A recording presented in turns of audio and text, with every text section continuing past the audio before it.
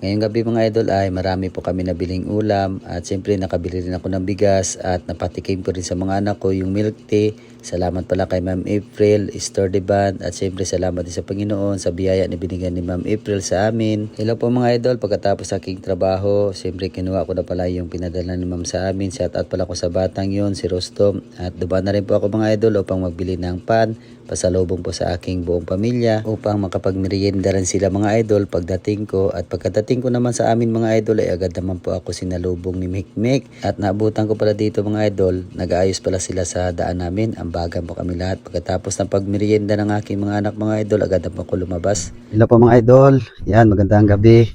Salamat pala kay Ma'am April, Store de Band.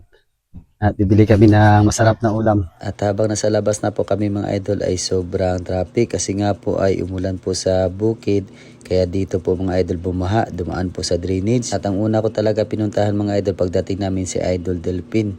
Bumili po kami dito ng karne, ng baboy sa kanya. Suki ko pala yan. At bumili pala ako mga idol ng lechon manok. Katabi lang pala yan ni Idol Delpin. Pagkatapos namin bumili ng lechon manok mga idol ay agad naman po kami dumaan dito kay Uto. Dito parati ako bumibili ng karneng manok mga idol kay Uto. Kasi nga po makabili lang po ako dito sa kanya. Minsan lang kapag sahuran po sa aking sahod, sa aking tinatrabaho at kapag may TF ako. At pagkatapos ay bumili rin ako ng bigas ng 10 kilo. Ma'am, maraming salamat po. Napakalaking blessing na po ito sa amin, sa aking buong pamilya. Alam niyo po mga idol, kahit si ma'am hindi ko kakilala, kahit po yung nagpapadala po sa amin na hindi ko po kamag-anak ko kakilala, lagi po ko yung pinapasasalamatan sa Panginoon at sa kanilang lahat mga idol. Kaya masasabi ko po sa inyong lahat at kay ma'am, naway pagpalain po kayo ng Panginoon. Alam ko napakabait po ang Panginoon mga idol at ang Panginoon na rin po ang magsukli sa kabutihan na ginawa po nila sa amin. At ngayon gusto rin tumikim ng mga anak ko mga idol ng milk tea. Bihira lang namin yung matikman.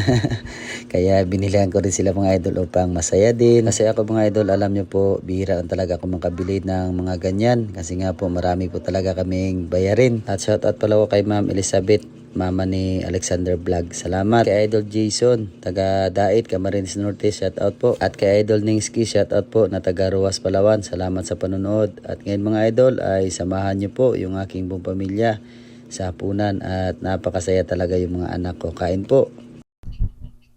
Lord, salamat sa pagkaon, sa gracias. Salamat po kay Ma'am April.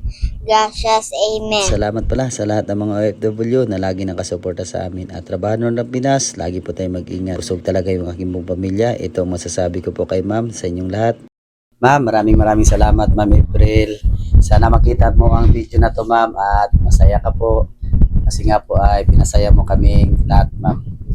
At nakabili kami ng masasarap na ulam dahil po sa inyo. Salamat din po sa Panginoon. At sa inyong lahat mga idol sa suporta sa amin, maraming salamat po. At naway pagpalain po tayo ng Panginoon. God bless po sa ating lahat. At kain po mga idol.